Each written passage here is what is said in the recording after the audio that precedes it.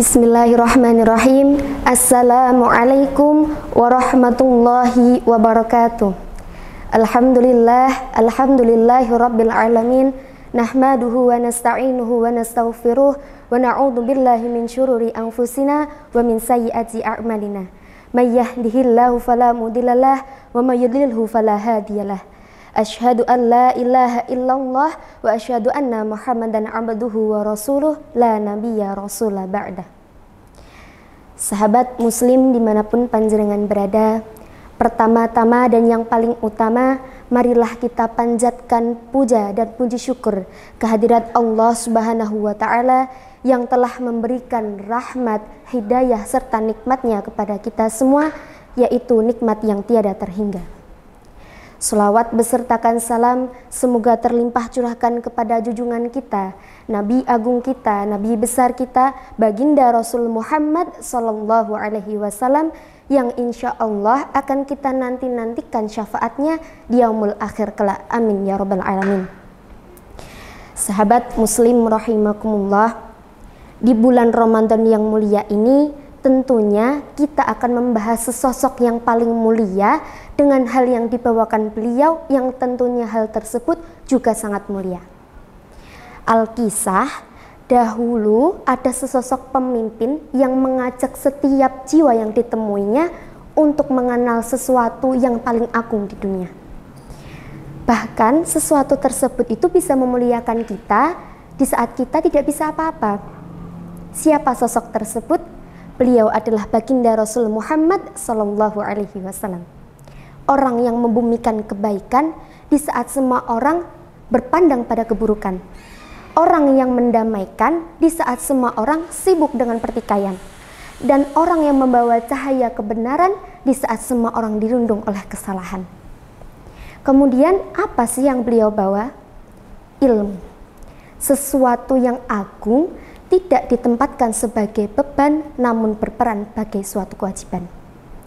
Disebutkan bahwasanya dari sahabat Anas radhiyallahu anhu bahwa Rasulullah shallallahu alaihi wasallam bersabda, "Thalabul ilmi fardhatun 'ala kulli muslimin."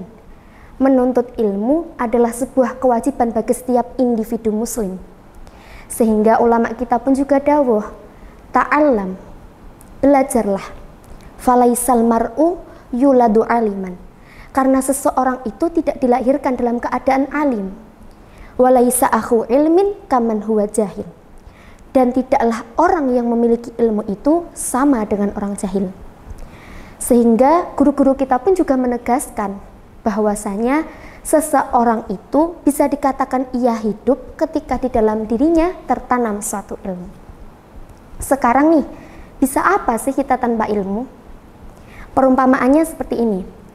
Ketika seseorang menyibukkan kegiatan setiap harinya untuk mencari harta benda, untuk menyibukkan dalam hal dunia, maka otomatis dia akan tersibukkan dengan menjaga dunia tersebut, dengan menjaga harta benda tersebut.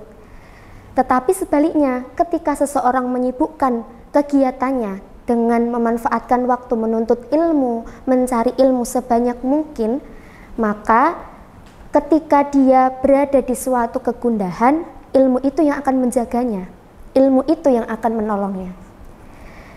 Maka dari itu, mari kita memanfaatkan waktu kita dengan sebaik mungkin, dengan menuntut ilmu sebanyak mungkin, terutama ilmu agamanya Allah Subhanahu wa Ta'ala, yang tentunya akan kita landasi dengan suatu akhlak yang mulia. Karena Rasulullah Shallallahu alaihi wasallam saja bersabda, "Sesungguhnya aku telah diutus untuk menyempurnakan akhlak yang soleh." Hadis riwayat Bukhari dan Baihaqi. Maka kenapa sih kok kita harus melandasi semua itu, ilmu itu dengan suatu akhlak yang mulia? Karena Rasulullah juga bersabda, sesungguhnya mukmin yang sempurna imannya adalah seseorang yang bagus akhlaknya.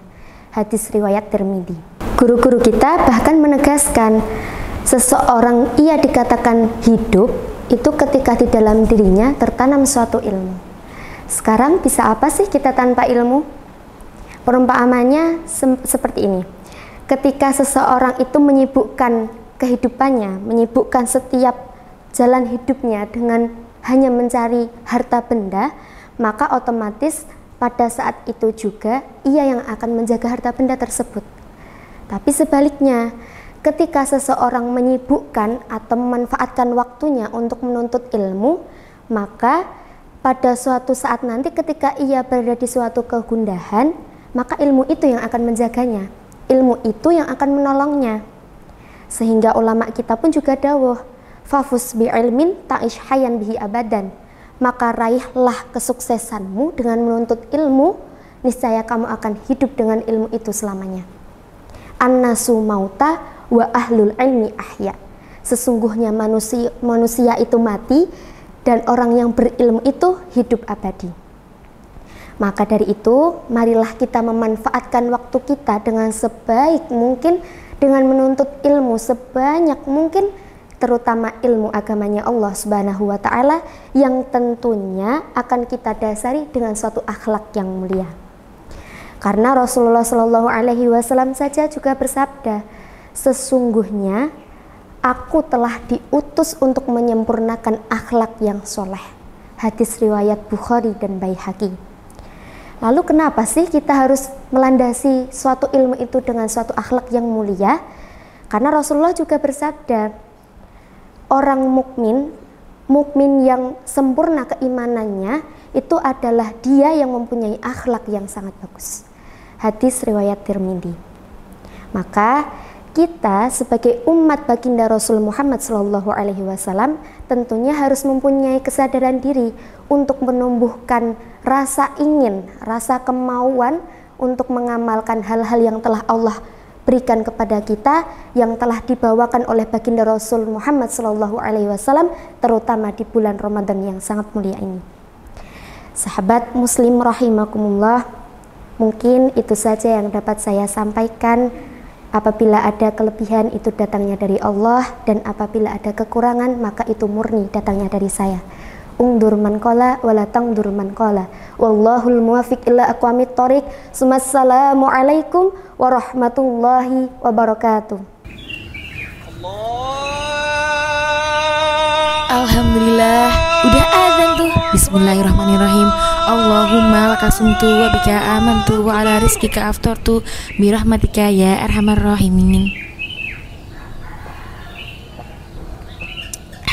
Seger. Loh, kok sudah buka puasa? Kan belum waktunya. Di HP ku kan udah ada bunyi adzan, jadi aman dong. Ngawur, adzan di HP kan bukan jadi patokan. Makanya belajar fikih puasa di buku panduan lengkap fikih puasa karya Gus Ahmad Rifai. Di sini diterangkan bahwa adzan di masjid, TV dan radio ini sebenarnya bukan jadi patokan. Buku ini hadir dengan sistematis, lengkap dan dilengkapi sumber rujukan dari kitab-kitab fikih alam madhab Imam Syafi'i. Mulai dari syarat wajib puasa sampai tanya jawab seputar puasa ada di buku ini. Buku ini tersedia di distro Darul Hidayah. Buruan di. Oke, OTW order.